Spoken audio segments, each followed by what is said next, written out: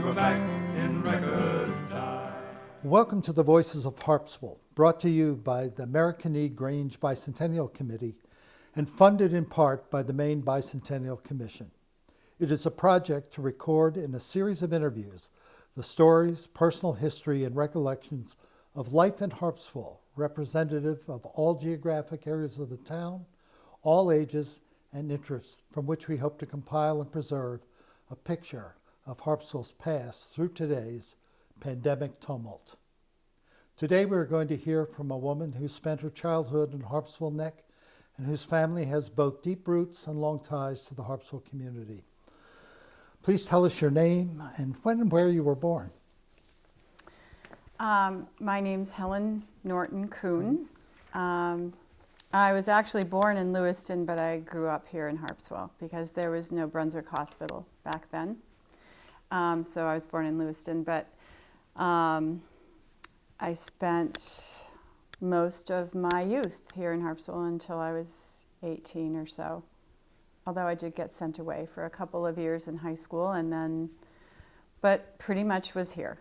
And well, what was it like being a child in Harpswell at that time? Because you're talking now about the 1950s.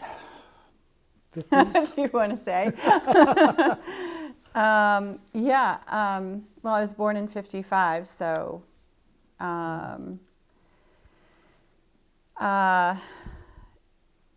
what was the question? It was well, what was it like being a child? Did you have a lot of friends, boyfriends, girlfriends, or neighbors? And no neighbors. No neighbors. No neighbors. We lived on a long dirt road that went from the main road in Harpswell. It was probably about almost 3/4 of a mile long. Wow. Down to the house.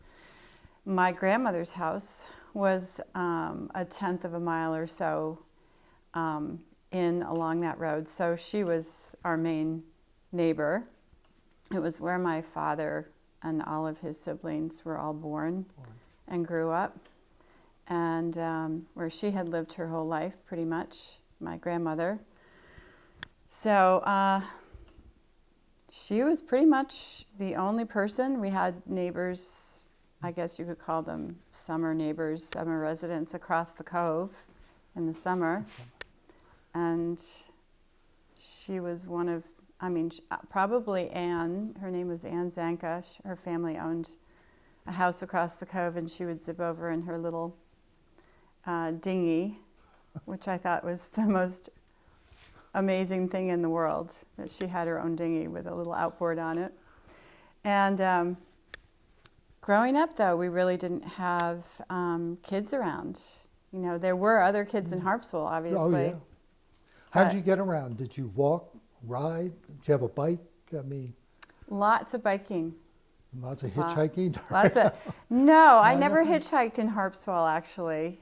Although I probably could have pretty safely. It sounds like people were familiar with picking up kids they knew and just taking them up the road or down the road. Yeah, that's the kind of thing that happened a lot back then. It speaks to the safety of living in a place like this. Yeah. I think my parents would have had my head, though, if I had hitchhiked. I did ride my bike a lot. And it was pretty safe because there weren't that many people on the road, driving on the road back then, and they did slow down for you, and was very different than it is now. Were there as many summer people up here then, or was it still mostly a local community? Definitely quite a few summer people that a lot of them had been coming here, I think, for a long time. And so they had old summer cottages. And then they all went home in the fall. Actually the end of the summer. They mostly went home. They didn't show up until June, and then they went home the end of August. So, I would say it was mostly locals then the rest of the year.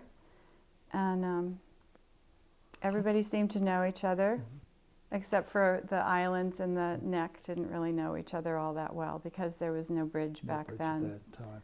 So we always talked about the islands as if it was another town, Right. really.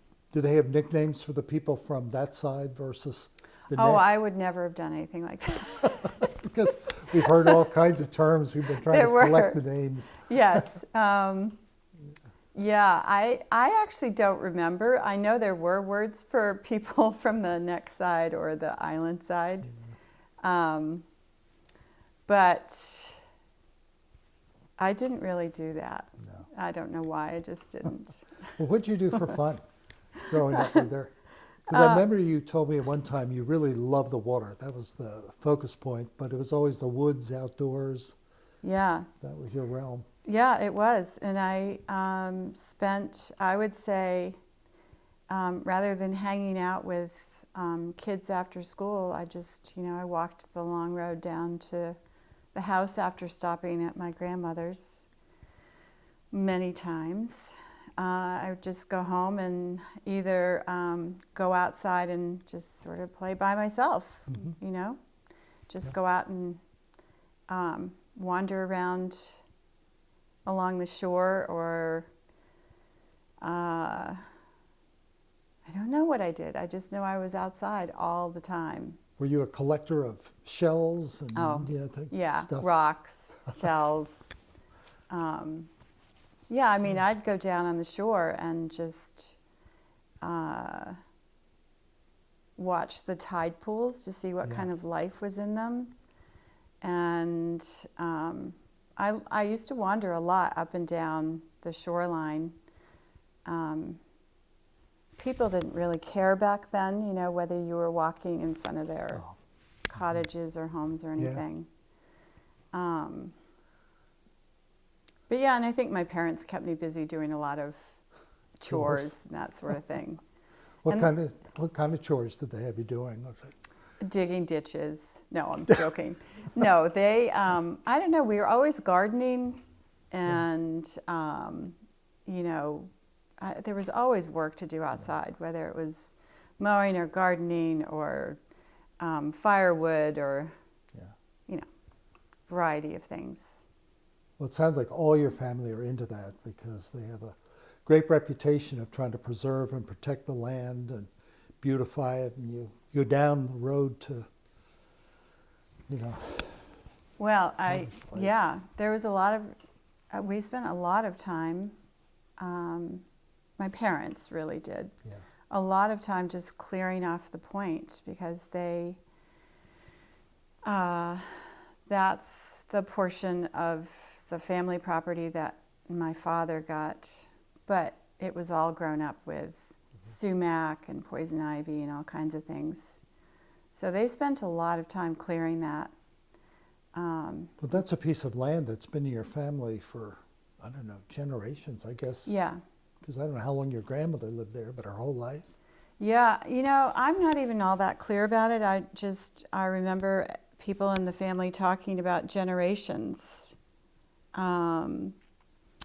Generations of people in Harpswell and sea captains, and at the time, of course, I never thought about writing all those stories down or really trying that hard to remember them. But there was a long family lore of people in the family who had lived there and been had their own ships and traveled around the world, trading and living with their families on the ships. Yeah. And I think there was a lot of pride in that. Absolutely. Yeah. Well, I've read some of your dad's just short articles have been published in the Historical Society newsletter, something he was very interested in, the whole Historical Society. I mean, your family's been kind of one of the people that have helped keep that going and, protect what is important about this community. So I think that's, again, a great testament to the whole family's, role here. But did you have your own little boat at some point? Big boat? Excuse me.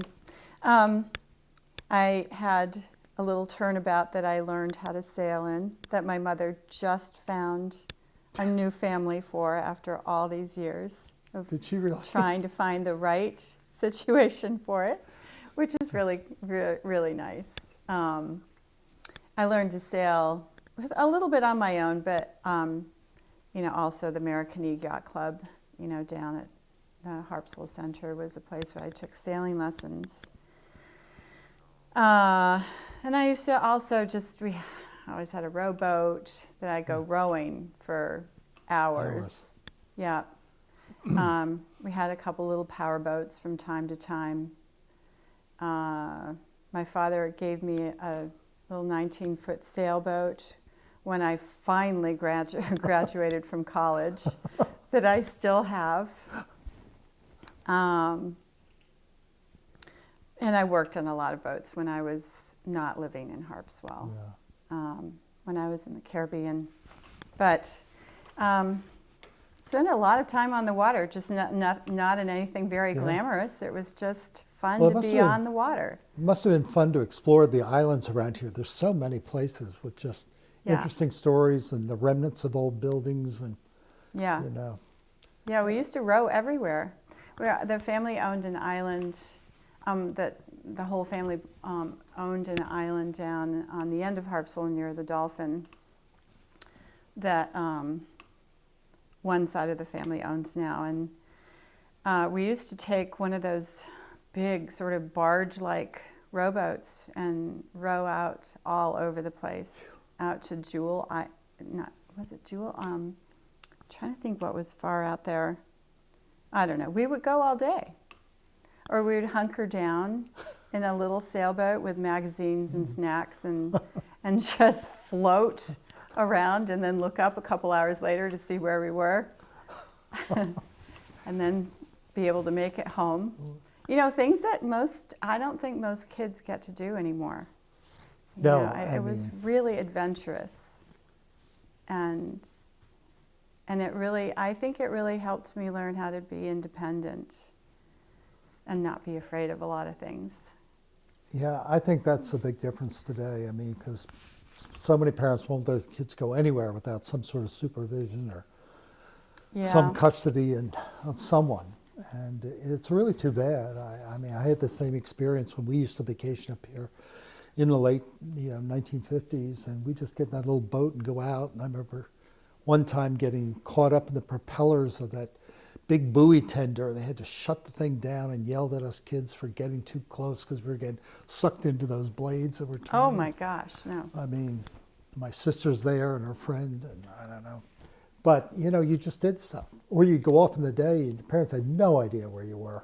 Right, yeah. And, but it was such a sense of freedom, and that's what you're expressing, which is the best thing about living in a place like this, where it's, really neat. Mm-hmm.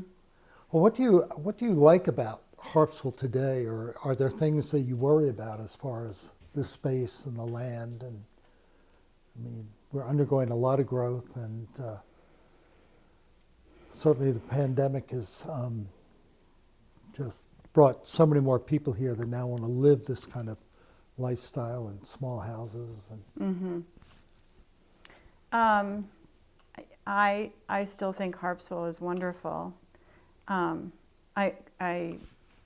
miss the days when it was slower. I don't live in Harpswell now. I live in Brunswick. Mm-hmm. I should have bought that property back when I was in my 20s that I never really thought about needing in the future. But I really have a sense of Harpswell speeding up and being a lot busier. It's hard to say. I hear from people that people don't know each other as much as they used to. Like when I was growing up, everybody knew everybody, and it felt very much like a community, a close community. Even though not everybody. It's one of those things, everybody knew everybody's business and would gripe about it, but then if you needed something, you knew who to somebody call was there for you.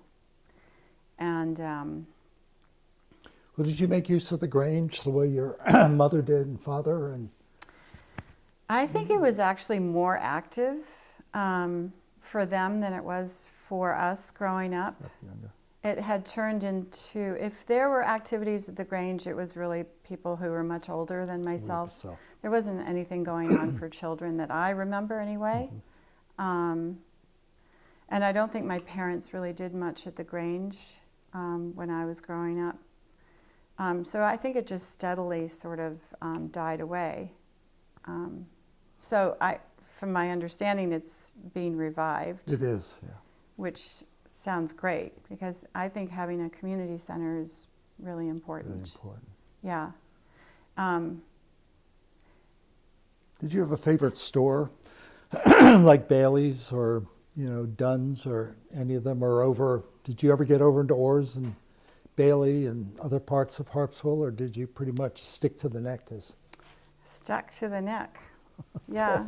Yeah, it was a long ways to go to the islands because you had to go all the way to Brunswick and then around and all the way back down the islands. Somehow I could just So- picture you rowing all around these. Well, we would probably have, we did go over in the boat more, Yeah. or I would ride my bike all the way. Yeah, that was quite the ride. But no, we stuck around here, and I used to love going up to Bailey's store and buying candy, sitting on the steps, eating my candy or my ice cream, just hanging out. It was wonderful. Yeah. It was so simple and, nothing special about it. Just felt really good.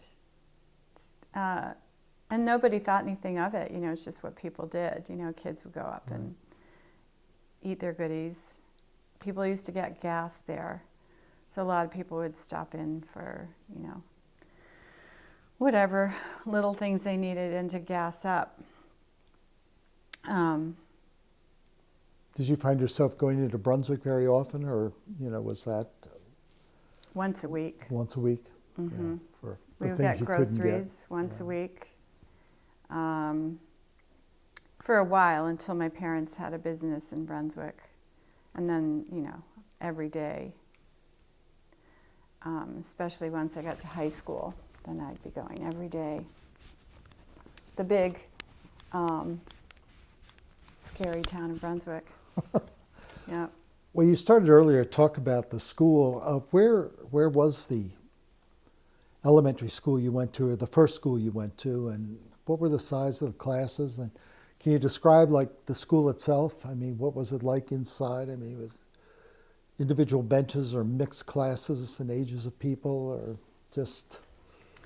So the first school I went to was, it was kindergarten through 3rd or 4th grade, and to be honest with you, I think it was 4th grade. It's where the Schoolhouse Cafe is now, or whatever you call it. I'm not sure what it's called now. Schoolhouse Cafe, Schoolhouse right? Cafe. That was the one-room schoolhouse I went to when I was first starting school. And it was one big space, like it is now. There was a stove at the front of the room. I think it was a wood or coal stove that had to be fed every now and then. And so, it was obviously mixed ages because we were all in one room. And the teacher I had, Mrs. King, managed to teach everybody. I don't know how she did it, but I remember it wasn't chaotic, it seemed Everybody to would all get to work. the blackboard. Yeah, And, oh yeah. Had a blackboard, and there was one,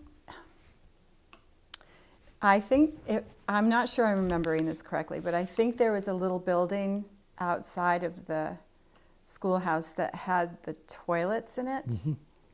Pretty sure. I think so. And the worst part was we had to raise our hands when we needed to go, and we had to let her know whether we were going to go number 1 or number 2.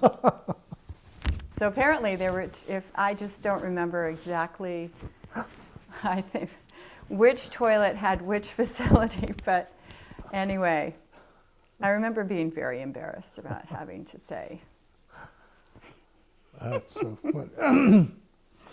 So Yeah. you had recess, and then be outside, and the kids would just, I don't know, play ball or tag or just. I do not remember recess at all, and I'm sure they let us out. I'm sure we just ran around the yard there because we didn't have lots of play equipment or anything. Like I think I remember a seesaw, but you know, I don't know, I was Pretty 4 or basic, 5, yeah. and I don't really remember that much about it. So. Did you go to school all year or just summer, winter? No, or- just we had summers off. So, yeah, we were free in the summer, and there was Bible school down in West Harpswell, which we did a couple of times. I don't know. There weren't a lot of structured activities, really. I went to butterfly camp one summer. Butterfly camp? Butterfly camp. I got the scholarship to go to butterfly camp over in Freeport. It was an Audubon camp. That's neat. Yeah, there were a lot of butterflies back then. Yeah. I don't actually notice very many, either here or in Yeah. Harpswell or in Brunswick anymore. There are plenty of moths. We know that. The moths, yes. Yeah, the bird life at least has changed a lot. I've noticed.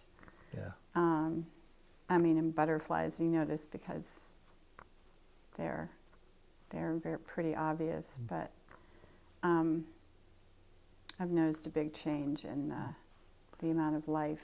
Well, the winter, did you end up having to walk to school, or again, were somebody drive you, or there were no sleighs back then? Oh, horses we had going? to walk up to the school bus. There was nobody going to take us up to the school bus. It didn't matter whether it was raining or snowing, and we had to wear skirts. We were not allowed to wear pants. And so I remember my legs being brilliant red by the time I got up to the end of the road. You know, we just did it. Yeah. Didn't think about it. Oh, well, I thought about it. I thought, that's a long ways. You should be driving me up to the end of the road. And they never went along with that. So, You need the exercise, fresh air. so yeah, Before you- actually, I loved walking all the way home. When it was nice, Oh, yeah. I loved the walk home, the walk to and the walk back. And my grandmother's dog would come out and meet me every day, knew when I was coming home, and would be there waiting for me, And walk you all the way down? and would Sure. walk me as far as my grandmother's house. Yeah, That's pretty cool. it was wonderful. Yeah, I talked to the dog a lot. Yeah.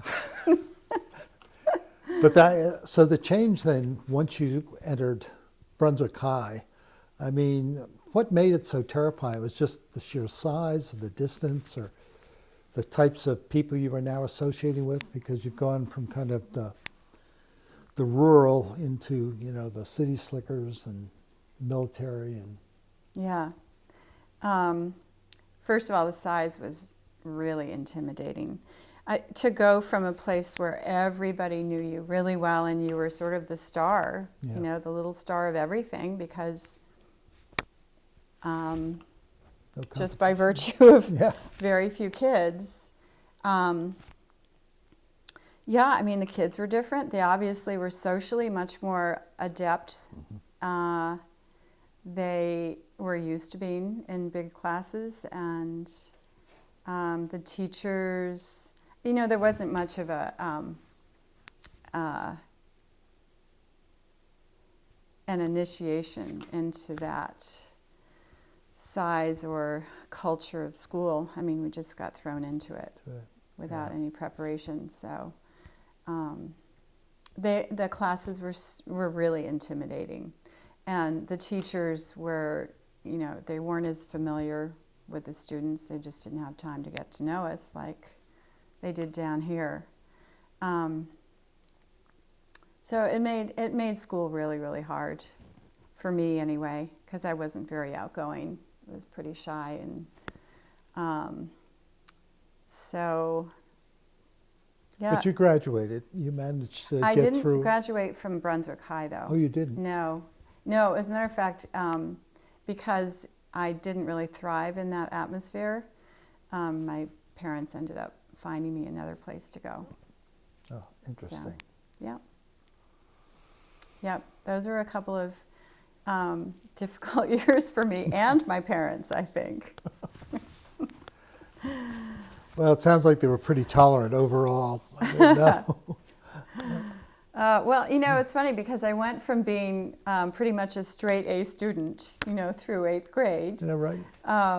to Brunswick High and doing miserably, absolutely miserably, because it was just terrifying. Yeah. Yeah. Well, going back to your grandmother, I mean, can you talk a little about her? Because it sounds like she had some impact on your life, or just your attitude or your beliefs or whatever. And she must have been pretty important all the way around. Mm-hmm. She, What was her name? To this day, Hattie. Hattie. Yeah.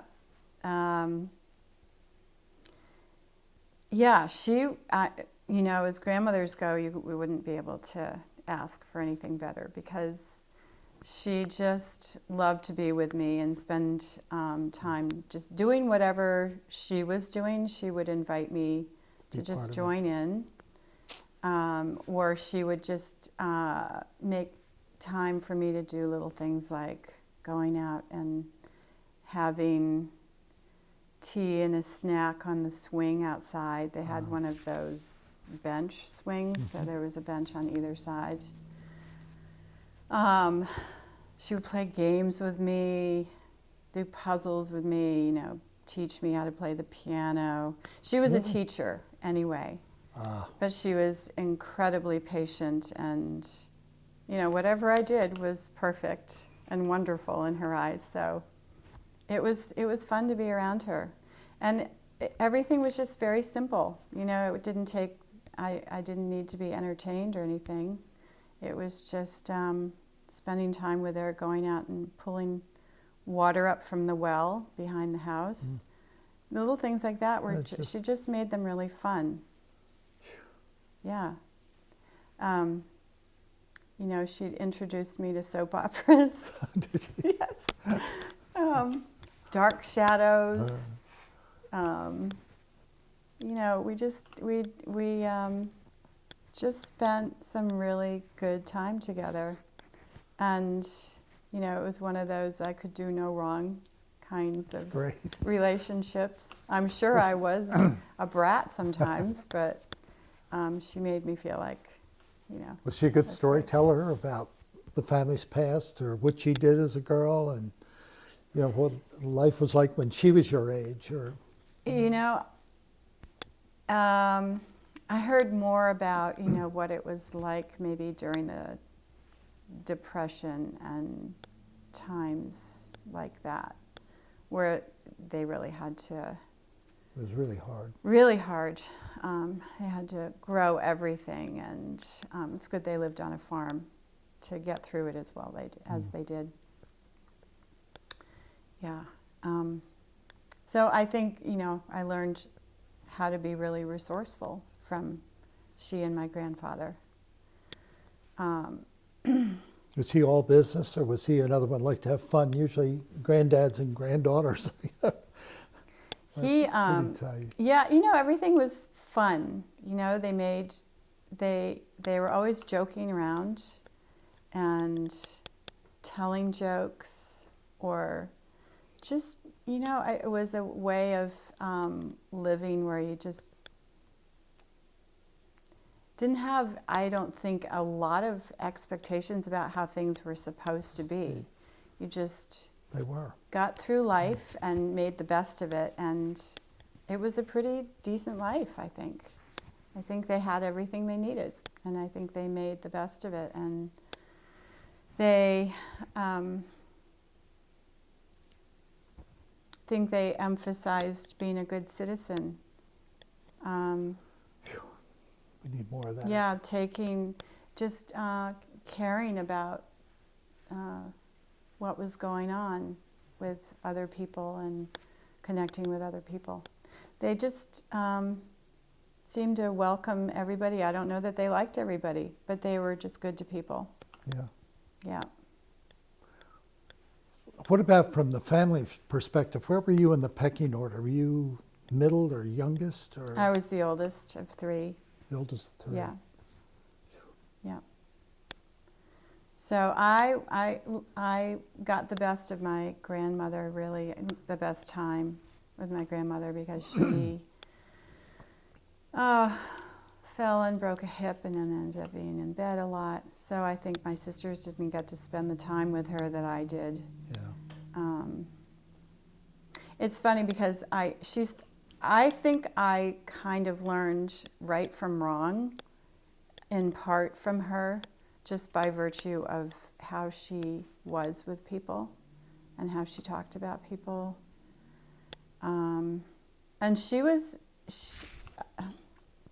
don't really know how religious she was. They went to church, at the Elijah Kellogg Church, and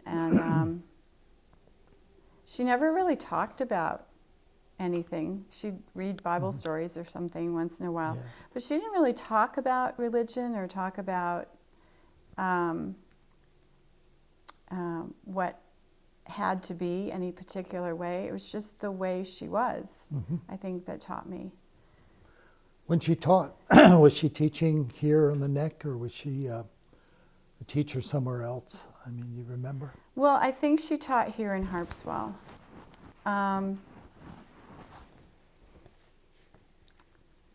I think she taught down at Harpswell Center, and I don't know what years that would have been.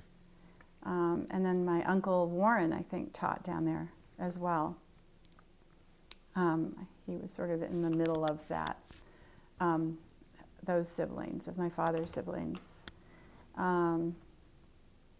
So she had been done teaching for a long time by the time I came along. She was still very much at heart a teacher, I know. Well, those are the people that usually remember people. They're like clergy people. Yeah. You know, they remember names and places and kids and all the connections, which is really important. But as a family, did you have a lot of family get-togethers, or, you know, were picnics or holidays? I mean, where did you celebrate Christmas or Thanksgiving, or did or didn't, or when you were home, was it? Yeah, it was always, it was pretty much here in Harpswell, with my father's side of the family, because they were the ones that were more here, or, you know, in this area. A few times we went to Pennsylvania to my mother's family, which was very different.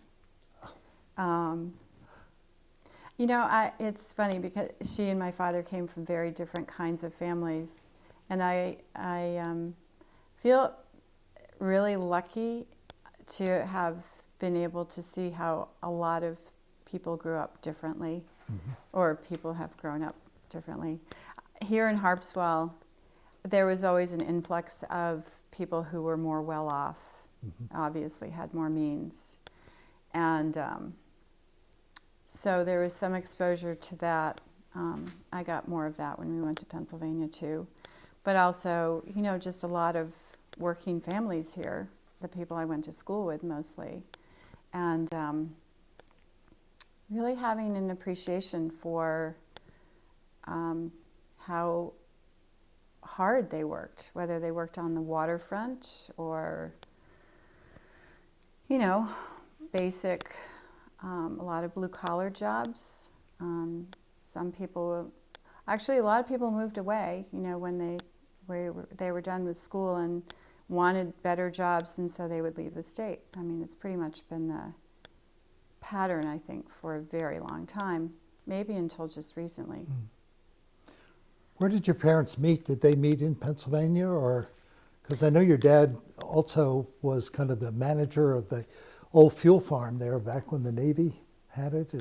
Was he the engineer for the He wasn't yet, I don't think. When my parents met, I think she met one of my father's brothers when he and his father, my grandfather, were working on the fireplace down at her family's cottage at the end of Harpswell. Oh, okay. Down on Barnes Island, which is an incredibly special place to me. It's just this wonderful old summer cottage with one of those big wide porches on it, all wood and huge stone fireplace. Oh. No heat, just it was wonderful. You could hear every little footstep upstairs because there was no insulation, Right. sound or otherwise. So they were working on the fireplace down there, and she met my Uncle Andrew there, and I think that he invited her to Grange dances, and I think my father was at a Grange dance and thought I should be dancing with her more than he should, and I think he butted in. And I think that's where it started. Yeah. Yeah. We've heard that from a number of people. The Grange is one of those places people your parents' age just seem to meet one another. And I don't think there was much else going on, that's probably true. There weren't a lot of newspapers or anything. Right. But it sounded like fun. The dances really sounded fun. Yeah.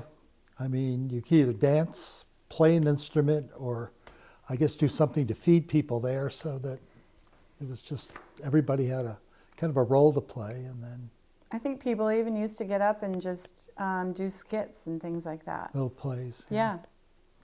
That's neat. Mm-hmm. Well, I like the idea that, your family, well, it's interesting because your mother was from Pennsylvania, so she met your dad. Then they made this their home then. It sounds like. I'm sure they traveled and had to do other things over the years, but it's clear that this place has had a profound impact on all of the family, at least the ones I've met, I don't know if I came back and lived here, if I would be considered an outsider at this point, if I were in Harpswell. Because not that many people know me anymore. Knowing everybody, or if I didn't know somebody back when I was a child and then they heard that Walter Norton was my father, right? Then it opened all the doors. And but you're also tied to the Merriman family. And that, Right. well, that was my father's side of the family, yeah. Too. Yeah. Yeah. Yeah. So you have lots of roots. I mean, they're I there. feel very, very rooted here through my family, but just the land really has a grip on me because there are times when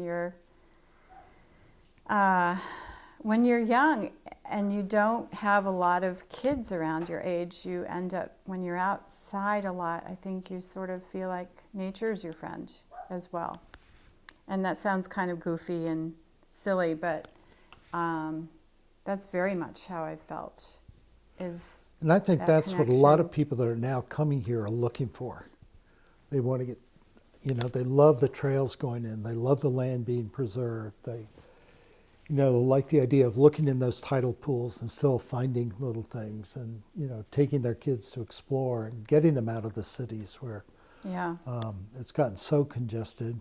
And I'm just curious, has the COVID pandemic affected your life at all, or work, or where you go, what you do, or your family? Well, my family was very cautious. Our kids really wanted to make sure that they didn't expose us, so we didn't get to spend an awful lot of time together. That's hard. Now that, we all felt like we wanted to get vaccinated, so we did that. And so everybody's much happier now, feeling freer to visit each other. I feel like it's had an effect in creating more anxiety about the world, maybe. But now that we appreciate outdoor space more, I'm feeling like maybe we need more awareness about taking care of that outside nature and how we treat it, and share it, and not feel like we actually possess it so much. I mean, it's here for all of us, and I feel like, we ought to be able to still wander around the shore wherever we want to go, and Yeah.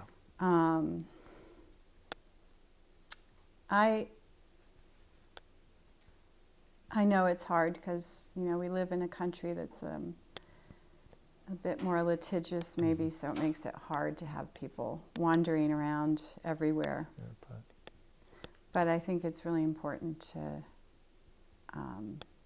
realize that this is all connected to us. yeah. That's a really good point. Yeah. We all play a part in how it works. I mean, how we take care of it. You still want to buy a piece of property and move back here onto the Always, neck? yes. Always. Yes. I know. Yeah. Yeah. The prices seem to be going through the roof, but Yeah. I think that originally my father got that piece of property, which is wonderful. It's a point of land. The water was on 3 sides of us for $1, which is what they did back then. and as your mother says, they also got the wind with it because, boy, I've The been down wind there is where you wicked. just about get blown away. Well, it's gotten worse, actually. Has it really? Yeah, it really has. Yeah. And that's what everybody did. Everybody had, more land back in those days. There were fewer people and more land, and everybody divided up their land and usually, either gave it to their kids or, had an actual bill of sale for $1 or whatever. Yeah. Hard to imagine, isn't it? Oh my God. Today. Yeah. Absolutely. But then they had to work to, make it what it is now. Right. It's It was clearing a all lot that of land and work. keeping it up. And my father built the house and built it like a castle, not grand like a castle, but it is solid. Substantial. Yeah. Really solid. Yeah. Well, that's great. You've talked almost 50 minutes, and just about what's going on. It's been fabulous. I mean, is there anything else you'd like to say? I mean, about Harpswell, or things you think are important today that people here in town should remember or just think about? Again, keeping the land, and I hate to see so much, wooded area being cleared off. I mean, I know at one point the islands were just in the neck, were almost stripped bare, except for a few woodlots, but because more people farm. Today, farming's almost a thing of the past. But Yeah, I remember my family, actually, my father's family, talking about how they would be able to see down to the shore when they were young. So that would have been, the early 1900s, I guess, because everybody teens and farmed. 20s, yeah. And then the woods all grew up when people pretty much stopped farming.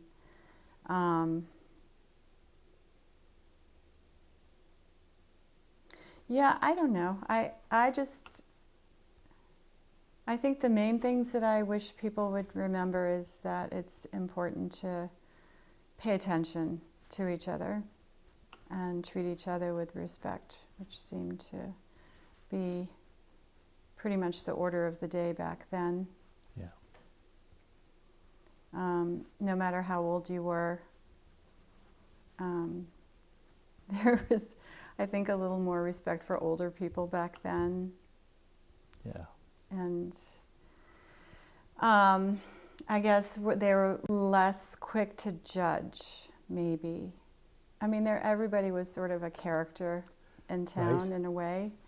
But I don't remember that. Well, that's exactly what we're trying to capture Yeah. in this series of interviews with, why people still think it's so great. They love being here.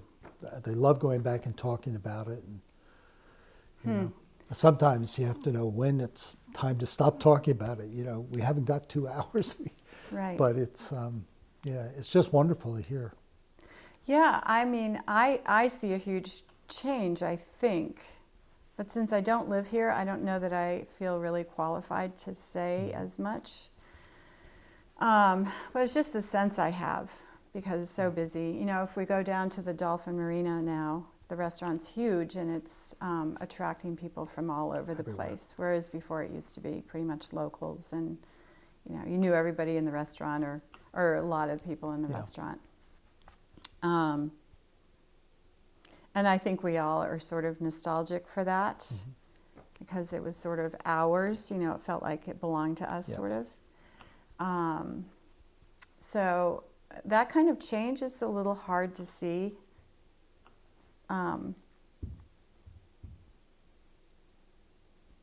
But, you know, things progress and, you know, I think it's important to just remember we need to treat each other well and treat our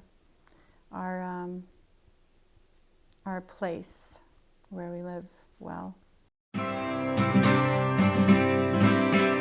Hey ho, roll and go around Cape Horn to San Francisco. Shantyman, sing, boys, pull on the line, and we're back in record time. Now at Bath down in Maine, they built many tall ships. They were paired up and flanked and launched down the slips. The strength of our nation was built on the pine of the mast trees that harnessed the wind. There were schooners and sloops and all kinds of small craft. There were warships with cannon both forward and aft, and the queens of the seas, Downeasters and Clippers, mighty proud men were their skippers. With their hay